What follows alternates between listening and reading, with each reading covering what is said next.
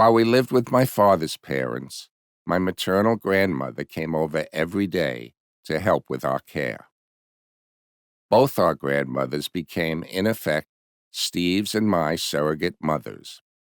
Although we called both sets of grandparents Mom and Pop, to distinguish them, we referred to my paternal grandparents as Lynbrook Mom and Lynbrook Pop, and called my maternal grandparents More Mom and More Pop. Lynbrook Pop never attended college, but he still managed to develop a successful life insurance practice. His company was called J. Kunken Company, and with time, became the family business. My father worked there, as did his sister's husbands, Mel Danis and Sid Regan. Steve and I developed an especially close relationship with our extended family, which included not only our grandparents, but our aunts, uncles, and cousins as well. I have vivid memories of the house in Lynbrook. It had 3 floors plus a basement and a large backyard. That backyard was the perfect place for Steve and me to play. At an early age, I remember my father teaching us how to throw, catch, and hit a baseball. That was the precursor to the passion for athletics that Steve and I developed over the years.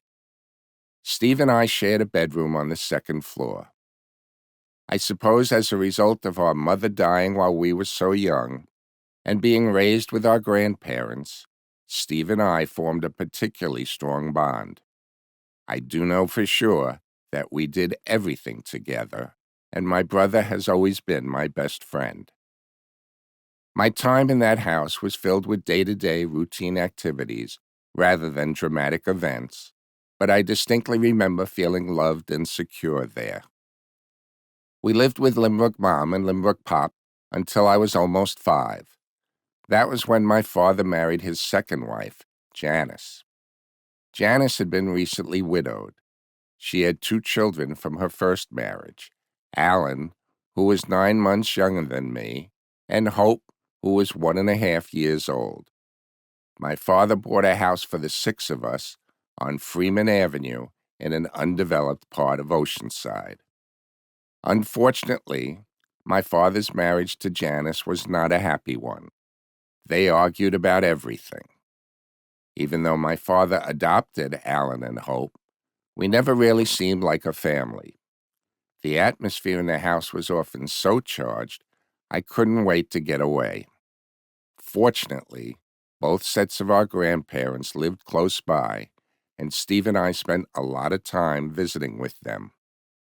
My maternal grandparents were a particularly calming influence. They never argued or even raised their voices. There was not a prejudiced or mean-spirited bone in their bodies. They were tolerant of everyone and everything. Whenever I was with More Mom and More Pop, I could feel the tension and anxiety leave my body, my shoulders lower, and the knots around my neck disappear. My grandparents' marriage was a sharp contrast to my father's with Janice. The only good thing that came from that marriage was the birth of my sister Merrill. She was born on May 2nd, 1960. I was not yet 10 years old, and I loved having a little sister.